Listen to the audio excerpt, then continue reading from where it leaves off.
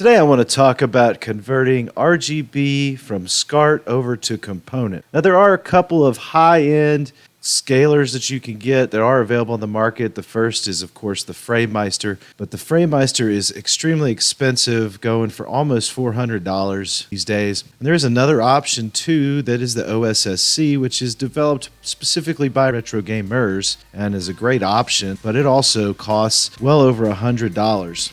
So what can we do if we don't want to spend over $100 on something like this?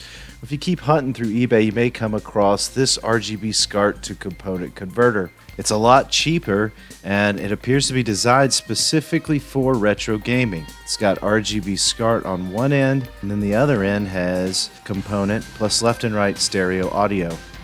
Now look, here is my unit, and I actually ordered this unit 6 months ago as more of a prototype from this seller. Mine has a slightly different look. It has just an acrylic plastic bottom and more of an open, kind of naked design to it. It's all using the same parts and it's functioning in the same manner as the updated version. You just get the nice fancy new case with the updated version that's for sale currently on eBay. I'm really glad he decided to put a case on it because this design, it's not terrible, but it's kind of difficult to get set up. You'll see what I mean as I'm setting it up today when we test it. So let's talk about how we're going to test this today. First off, the most important test is going to be a lag or latency test. Most of you already know that lag or latency shows up on some displays when you use a converter, and it really interrupts your playability on especially older 8-bit and 16-bit games. Another tool I'll be using in this test today will be the GSCART Switch. And the GSCART Switch is going to be very convenient because we've got two RGB SCART outputs. I've also got a clean sync selector on this device, and there's just a quick look at the power input. I'm going to be using my JVC 15-inch Pro CRT monitor for my lag testing. This will be my control monitor, so I'll have my RGB signal going directly into it. I want to show off the cards in this thing because this monitor did not originally come with any type of component or RGB card. The original cards for this are quite rare and difficult to find. So the same seller who made the component and RGB SCART converter I'm reviewing today actually makes these cards for this monitor. And this happens to be the B and C version with extended sync support in case you happen to have a monitor that will do over 480i analog video processing. My monitor will not, but some of the other models that are supported by this card will. Now this card would work perfectly fine for this test, but I'd rather show you the other card that he makes. It's a slightly cheaper version and it supports SCART. I'm going to connect my SCART connector directly into this card and I won't have to add any additional adapters. That's really going to help me eliminate any possibility of adding any kind of lag into my control monitor by just skipping any type of adapter and going straightly from a SCART output to a SCART input. This card will slip easily into the monitor right in the back opening and just clicks right into place. To start my testing today, we're going to be using a JVC consumer television, and it's going to be the D Series, specifically my 36-inch D Series television. This consumer television does have component input directly in the back, so I'm just going to use that input and hook it up to the output on my little SCART to component converter. The converter did not come with its own power supply included, so you'll need to find your own 5-volt power supply as well as a USB cable to connect in there. Now do be careful because the USB cable will not go into the connection on the device 100%. It does stick out a little bit. The last thing I'll connect is my input side, which is just going to be a SCART cable. I've got a high quality SCART cable that I'm going to connect from there into one of the outputs on my GSCART switch. Then I'm going to take another SCART cable and connect my JVC Pro monitor into the second output on my GSCART switch. And the last thing I need to do is connect the power for the GSCART, and I'm also going to connect a SCART cable for my video game console that I'll be running the lag test through. We'll be using the Super Nintendo that has been RGB modded, an SD to SNES. I'll be connecting that through RGB for our test patterns. Okay, so now we've got both monitors hooked up, ready to go. and we've got the Super Nintendo turned on and it's working fine. But we need to go ahead and load the 240p test suite, and the first thing I want to show is this automatic lag test. And this automatic lag test will simply run, and it counts numbers at an extremely high rate of speed, so you could see that on the screen as it scrolls through those numbers. The point to this test is to watch those numbers on both screens, and the smaller monitor, that is our control monitor, so there definitely won't be any lag for it because it's getting a straight signal from our device. But our monitor on the left, or I mean the consumer grade television, if it has any lag, those numbers will be different from the monitor on the right. They'll actually slow down or slightly be off a little bit less. I'm not seeing anything like that, which is a good sign that this device is not adding actually any lag to our setup. The 240p test suite also includes a secondary manual lag test, and this software allows you to use sound tones as well as a couple of shapes on your screen, and then you manually get to time when those tones match or when those shapes intersect with that circle in the middle, and you can hit a button on your controller to try to manually gauge how much lag or how many frames of lag you may have between the scaler and the display. So after I tested it for lag, it appears to not add any kind of lag to our setup. Let's go ahead now and do a practical lag test and test out to see if I notice any lag while I'm playing a game. A nice game like Mario Kart, or really any Mario game, is a good test because you can see when you hit a button on the controller if you're actually getting a reaction on your screen. So I went through and I played for a few minutes and I did not have any troubles. I switched between the display on the left and the right as far as what I was watching at the time of playing the game, and I couldn't notice any problems at all again with lag. However, I did notice something funky in my screen picture. The problem wasn't with the test monitor.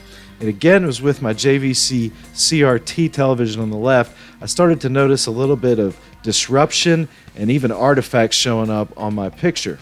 It may be a little difficult to see on the camera, but there is a slight discoloration. You almost see some horizontal lines across the screen that are different colors than they should be, and there's a little bit of a throbbing pattern going on in the background. I go back to the main blue screen on my dashboard of my Super Nintendo, and you kind of see a little bit better. You see that throbbing, almost like interruption in my screen pattern. I think this has something to do with my power supply. And the reason I'm thinking this is because when I look at my control monitor, I don't notice any kind of disruption or disorientation at all. But if you look at them side by side, you can almost see that disruption on that left-hand side. And again, I believe this is something to do directly with the power supply that I'm using on the converter. Let's take a quick minute to talk about the power supply for this converter. I just had to grab one of my random 5-volt chargers from other devices, and this right here is the first one I was using. It does have 5 volts again, but maybe it just doesn't have the right amount of amps. All right, so next I'm going to try to switch my power supplies. I'm going to use this red one, which again is a 5 volt, and the amperage is different, so let's just see what happens when we try out this power supply with our converter. I also want to change it up and do a different console. Now I'm picking an N64 because I was told by one of you viewers that had tested this converter that actually had some artifacts and problems with specifically N64 games. And wow, I mean, this one just looks terrible. You can see how much electricity is throbbing into our screen. So that's obviously a sign that this power supply is not even, not only is it not better, it's actually worse than the prior one. So obviously, maybe I'm just feeding too many amps over into this scaler, but I wanted to show you this just in case you ever try to use this device and you end up with these kind of troubles. It's probably related to the power supply you're trying to use with the device. But I wanted to confirm everything, so I went ahead and changed it over to where the device was actually a scaling component into the test monitor, the little JVC on the right. And when I did that, I noticed I got the same effects on my screen. So it's definitely got to do with that power supply where I'm feeding the wrong amps into the converter. I've got one more power supply that I'm going to be trying with my scaler. And this one actually outputs 1.2 amps, which is quite a bit less than either of the prior two. And thankfully now we seem to have cleared up all our troubles on the screen.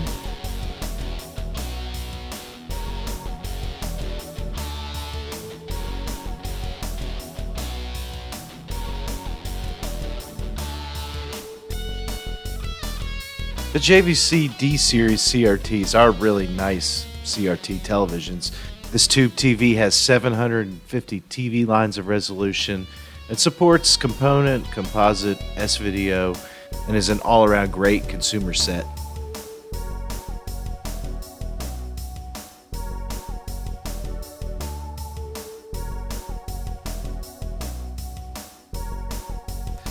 Obviously, we've cleared up all the power supply issues, and this converter works great in combination with the JVC D Series CRT. I have a lot of different analog television sets in my house, and so I'm going to use this device on one of them that does component. This is a Toshiba CRT 32-inch. Here's a look at that model number so you can get a little bit more information on it. This one did come out in the early 2000s. Again, it does support component input, and it's really simple to hook up this scaler to this television. I'm going to continue to use the Super Nintendo to test these TVs, and for the Toshiba we're going to play some Super Punch-Out.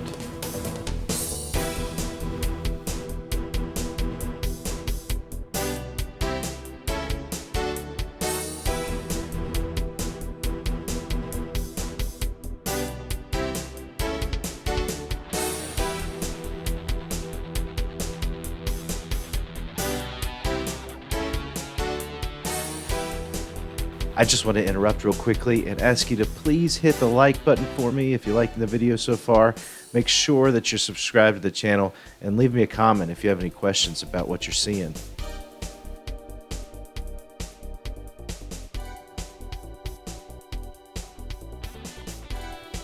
And just like the JVC D Series CRT, this Toshiba CRT looks great through the component input when you scale in some RGB.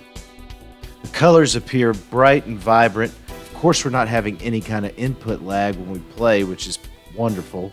And you're also going to see some scan lines with this converter. Alright, so I've got a couple more displays to feature for you in this demo. And the next one's going to be this Hitachi. This is actually a flat screen. We're looking at a plasma here. This is 50 inches, true 1080 Hitachi plasma screen television.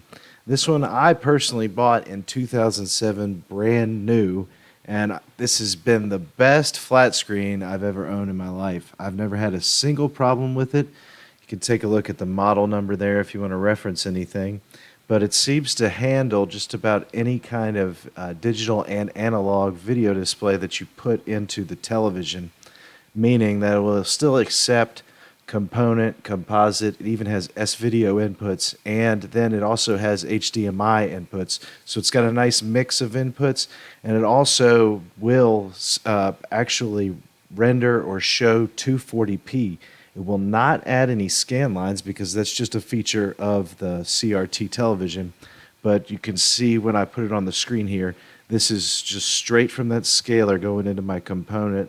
No other additional screen filtering. I just used my TV to change the settings, like the aspect ratio and the screen brightness. And I also want to make sure my TV's not in any kind of mode that will add additional lag to the gameplay.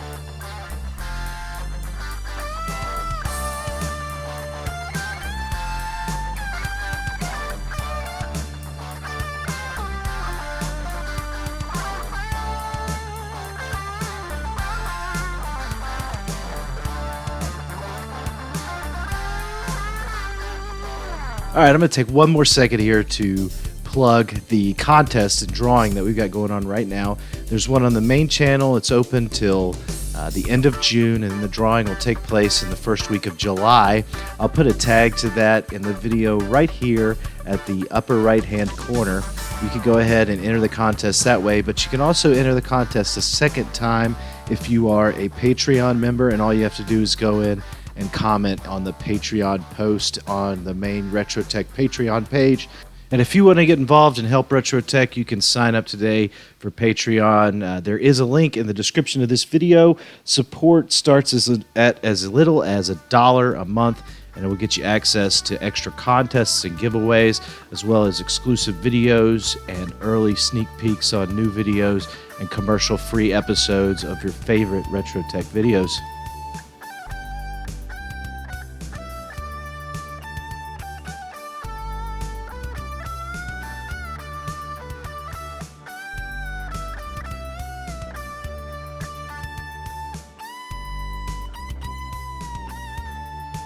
I must say that this scaler is pretty darn impressive. It's, again, very cheap at $50 plus shipping, and then it's very versatile as well because you can use it on a number of displays. As long as they can handle 240p, there doesn't seem to be any issue whether I'm switching from a CRT to a flat screen, and that's very impressive for something that's only $50. Most of the time you'd have to spend extra money on something like the scalers I mentioned at the beginning of the video to get this kind of performance, and you would, again, that would cost a whole lot more than $50, especially to get something that can work this well on flat screen displays. I've got one last display or monitor to show you in combination with this scaler. And it's going to be a Sony PVM setup for component use. It's a 20L5 monitor, which is one of the top performance CRTs available. I'm going to record some gameplay with the Nintendo 64 and Mario 64 specifically. And while I do that, I'm going to go ahead and give you kind of my final thoughts on this product, as well as what I think you should do if you are looking for component signal from RGB. At the end of the day, I feel like this is a wonderful option for you if you're trying to go from RGB to component. Now, it doesn't have any fancy built-in things like scanline generators, but most of the time you don't really need that, especially if you're going to scale into a CRT to begin with. All right, so I mean, look, the device is affordable. It doesn't add input lag. I didn't have any weird artifacts on my screen. And lastly, you're getting to support a guy who's trying to help our community, that being the retro gaming and specifically CRT community, in a positive way. I want you to go check out his eBay store because he's got a lot of items that are different kinds of scaler boxes and things that you might need. Just go check it out and see what you think. There's also those different cards for RGB monitors, and hopefully one day he'll be able to expand into making other RGB cards for things like Sony PVMs and BVMs. The only thing negative about the product was its kind of naked, shell-less design, which he's already updated and changed, so I really don't see any drawbacks to this product. All right, thanks everybody for hanging with me on this very long video. I want to say a special thank you to any Patreon member and any new patrons that have signed up recently. That's really the only reason I get to do a lot of these longer videos is because of the Patreon support. I want to say thanks again to Jam for making these great products, and of course, I'll see you guys next time with some more retro content.